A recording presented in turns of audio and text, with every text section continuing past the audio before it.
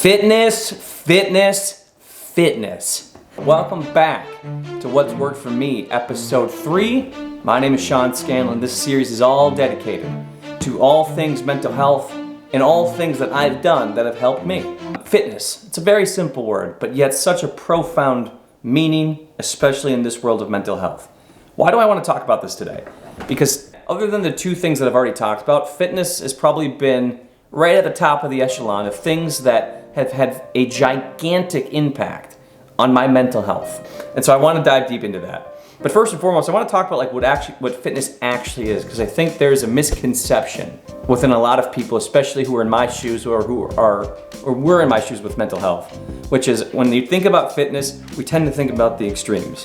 When it comes to fitness, we think about The Rock. We think about Eliud Kipchoge, the fastest marathoner in the world. We think about David Goggins, or so on and so forth, like these extreme athletes. We think, well, I'm not even close to that, so what's the point of even starting? So according to the dictionary, what fitness actually is, it is the condition of being physically fit and healthy. So what fitness isn't is being an extreme athlete. What fitness is just prioritizing working out, incorporating that in your lifestyle. To me, fitness has such a gigantic impact. It's one of the reasons why every therapist will always lead with that within the first couple questions they ask you, which is, what's your diet look like? How much do you work out? Etc., etc., etc. And so if fitness is such an important part for mental health, I guess the main question we gotta ask is, why don't more people prioritize it? Well, I'll speak for myself, because this is something that I have spent a lot of time battling, especially most of my life. I didn't start prioritizing fitness until I was 27, 2 years ago in 2020. And I've been dealing with depression over 20 years of my life. So why did it take me so long? And I think the main reason that most people don't prioritize fitness, especially when they're battling some level of mental illness, is because it doesn't solve the issue right away. It takes time. It requires patience. I didn't appreciate the importance of fitness and what it was playing into my mental health until 4 months into a training block in 2020 of a marathon. But if you think about it, everyone here has had a workout prior in their life. Think about how you felt. I can think about how I felt.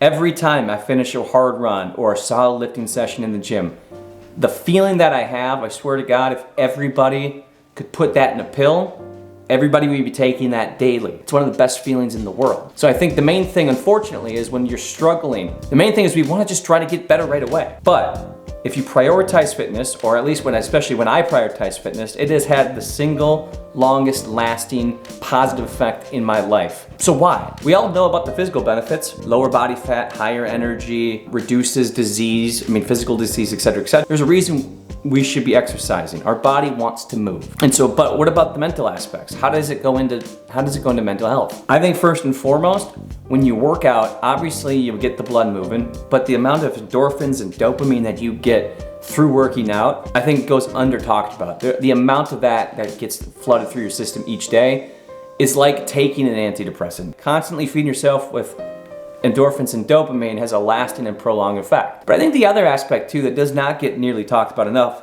and I think that for me has had a gigantic impact, which is when you commit to fitness, when you really start to prioritize it, you're changing habits that you maybe haven't had in the past. You're working out consistently, so you are, no pun intended, exercising the discipline of consistency, work ethic, and discipline. All those things, to me, recreate the self-narrative, the story that we tell ourselves about ourselves. When you're someone who can do hard things consistently and you're prioritizing better decisions in your life, the story about yourself that you tell yourself naturally starts to change. And for me, that was the biggest thing. Obviously, exercising helped me physically. It lowered my body fat, it gave me more energy, it transformed my body in a way I didn't know I could look like. After a handful of months, I realized I was just naturally feeling better each and every single day because I had more energy, because I was getting those endorphins and dopamine flooding in my system every day due to working out. But the most important thing for me was because of some of those soft intangibles that I was learning, changed the narrative and the story that I was telling myself about myself.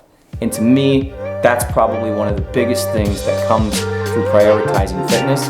And that is why I think fitness has such an impact for mental health. At least that was for me.